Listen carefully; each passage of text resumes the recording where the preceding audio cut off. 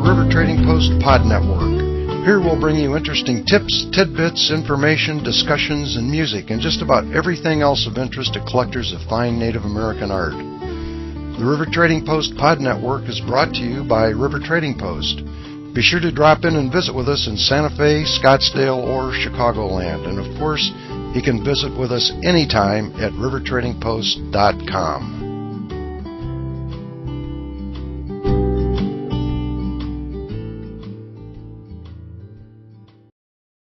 Ramson Lomatewama is a close friend of all of us here at River Trading Post. While Ramson might best be known for his Kachina doll carvings, he is also an educator, poet, and author, and most recently he began the art of glass blowing. In this podcast, we bring you a rebroadcast of KNAU Radio's program that provides some great insight into our friend and great artist, Ramson Lomatewama.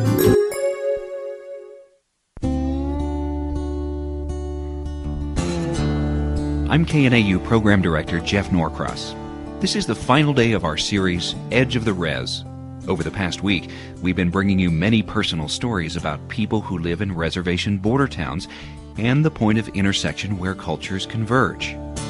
Ramson Lomatewama is a Hopi artist and poet who lives in Flagstaff.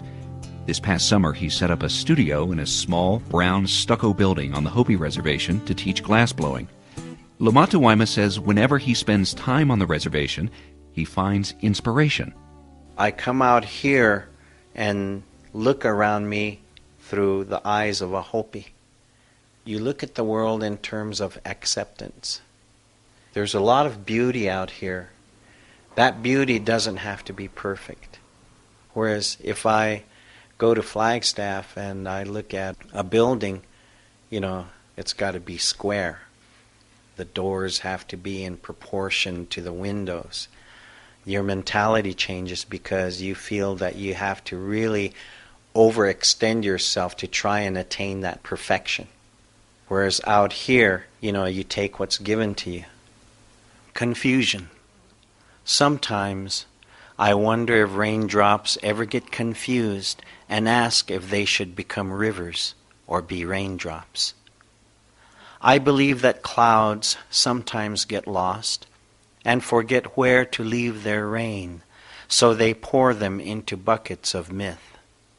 Every so often, tattered bits of my past visit my tongue, and we hold negotiations. Once, I was two dust devils swirling without reason. Lomatewama was born on the Hopi reservation. When he was 3, his family moved to California. That was in the mid-50s when the Hopis were transferring to a cash economy, and his father found a job with the Santa Fe Railroad in the Barstow area. The family moved back to Hopi a few years later when Lomatewama was entering kindergarten. He went to the Hopi mission school run by Mennonites. It was real strange back then because we weren't allowed to really speak Hopi because they were trying to get us to speak English, and a lot of the kids in the classroom would be punished. So I really didn't say a lot. The only thing that I do remember is one time when we were drawing kachinas, just a way to pass the time, the teacher would say, "Don't draw those are devils, they're evil." These kachinas are magical beings. This is what your belief is, that they turn into birds and they fly over in order to visit the villages and to, perform their ceremonies. If you were well behaved, the kachinas usually brought you something. So our whole lives were kind of focused in on making sure that when the kachinas came, we would be well behaved so that we could get something. Not long after the families moved back to the reservation, Lomatewama and his brothers made yet another change. They became border town residents. About maybe 1960 is when we moved into Flagstaff. And one of the reasons why we moved into Flagstaff was my dad took up the habit of drinking when we were in California. And it didn't get any better because my dad was kind of binging on his own elsewhere. My mom figured that the only way that we could get by is if she found a job in Flagstaff. The longest time where she worked in Flagstaff was at the Monte Vista Hotel. She was a maid.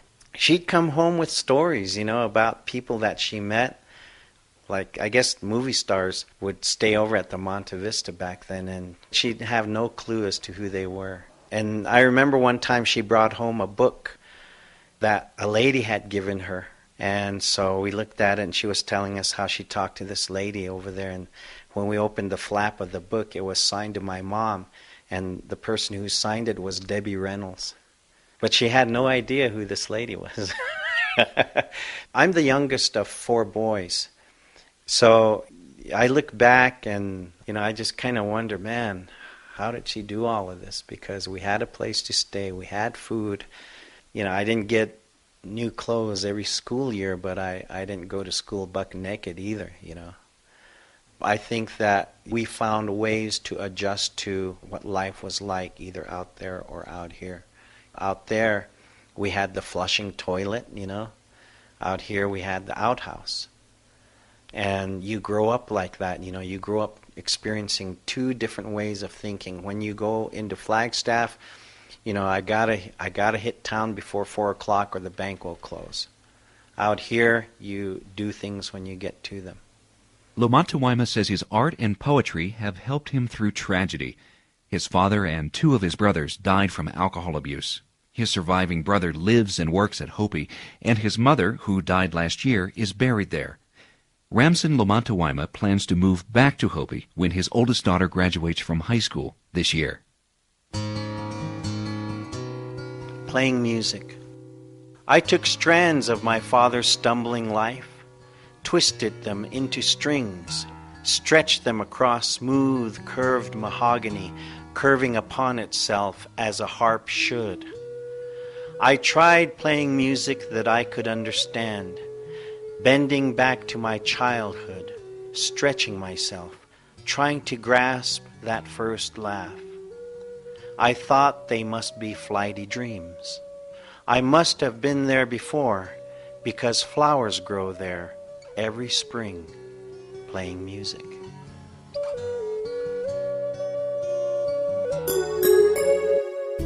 You have been listening to a presentation of the River Trading Post Pod Network. Join us again for tips, tidbits, information, discussions, and music, and just about everything else of interest to collectors of Native American art. The River Trading Post Pod Network is brought to you by River Trading Post. If you ever get the chance, drop in and visit with us in Santa Fe, Scottsdale, or Chicagoland.